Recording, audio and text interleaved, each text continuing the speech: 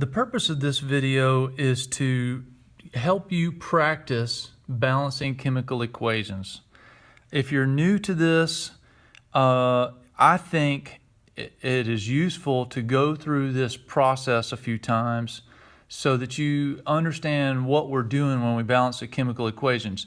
You will get faster at it, and you will get more and more used to it and able to do it without going through all this eventually. But until that point, you need to go through this process every time you do this, I think, in order to help you understand what's going on. I encourage people to do this. If you don't want to do it, I'm not going to force you. Nobody's going to force you. But if you want to get it right, I think this will help, and that's why I'm doing this. So we're going to practice balancing this. We've already had a little bit of a lesson about balancing chemical equations. Let me suggest that whenever you do this, you start out by just giving yourself some workspace underneath your chemical equation. On a test in my class, we would have something that looks just like this on the test, and you would need to fill in these blanks with the correct coefficients to show how the formula, how the equation is properly balanced.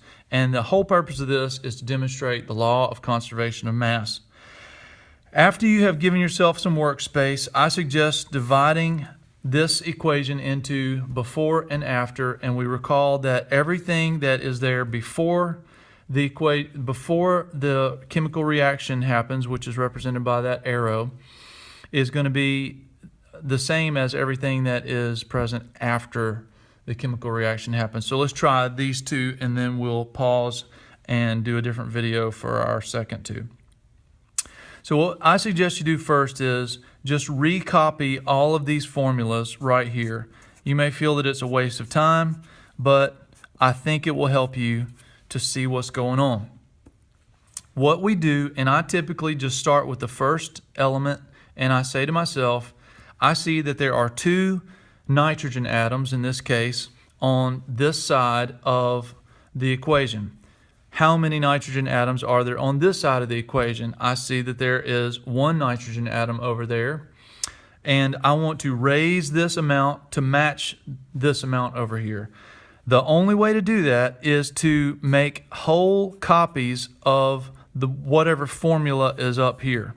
You cannot change the formula. You cannot just throw a nitrogen in there and say, okay, now I have two nitrogens, because this equation says that when you put the nitrogen and the hydrogen together, you get ammonium, NH3. So you cannot just have extra nitrogen floating around. You need to have another whole copy of whatever this formula is. So in order to get two nitrogens on the right-hand side of this equation, I have to have two whole copies of that formula right there. Now that I have that, the nitrogens on this side match the nitrogens over here. The nitrogens are balanced. Yay! Now let's look at the hydrogens. The hydrogens on this side of the equation, on the reactant side, are two hydrogens. On the product side, I have 3 and 3, which makes 6 hydrogens. This is going to need more hydrogen on the reactant side in order to show a balanced equation.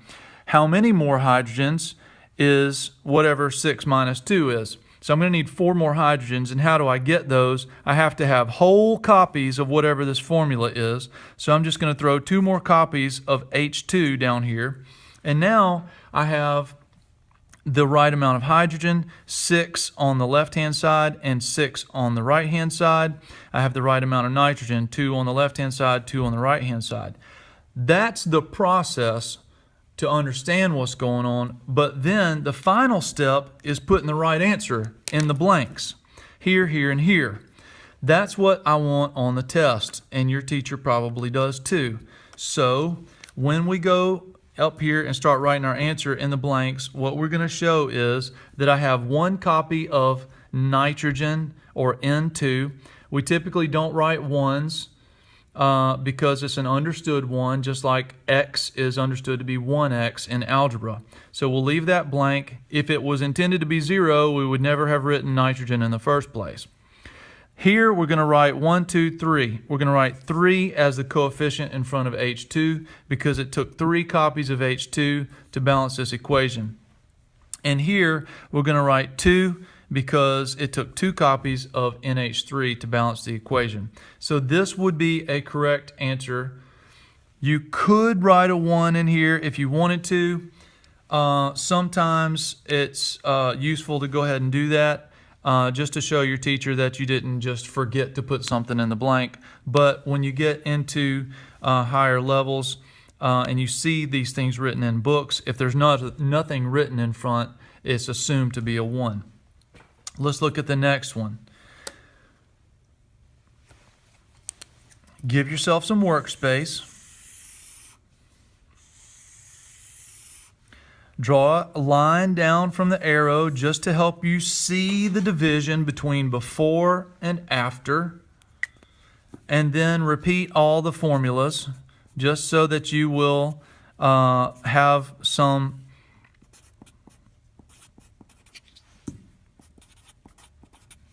working formulas down here to play with. Okay, now go through one letter at a time, or one formula, one element at a time, and look at this. We're trying to make sure all the elements are exactly the same amount before and after. AL, I see it 1 time before, I see it 1 time after. Great, let's move on. BR, I see it 3 times here, and after I see it 2 times. Now, that's a problem. I have less BR on the right-hand side, so I'm going to add some. Remember, I have to add the whole formula from up here. I can't just add part of it. It would be tempting to just put a BR 1 time down there and say, now I have 3. But that's against the rules because it's not what's formed in the chemical reaction. So we can't just pretend like it is. It's BR2, not BR1.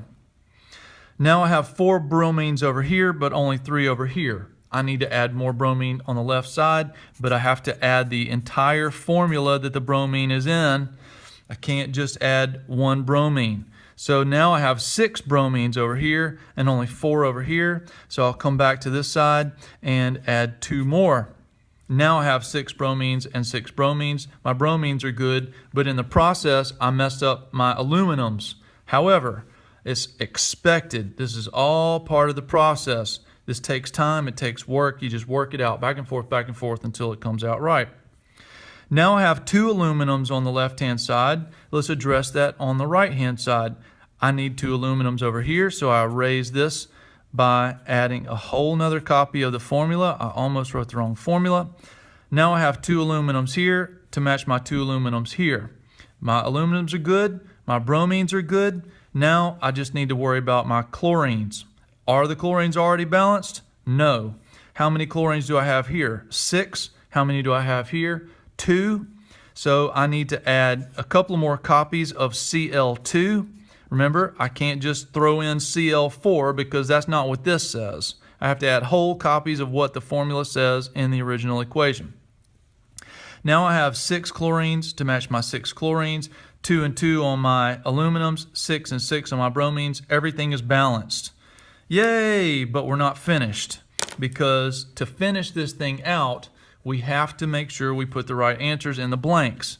So I have 2 copies of aluminum bromide, so I have to put a 2 there. I have 3 copies of chlorine, put a 3 there.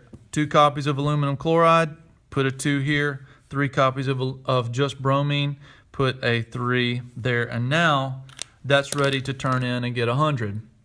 We will continue this in the next video.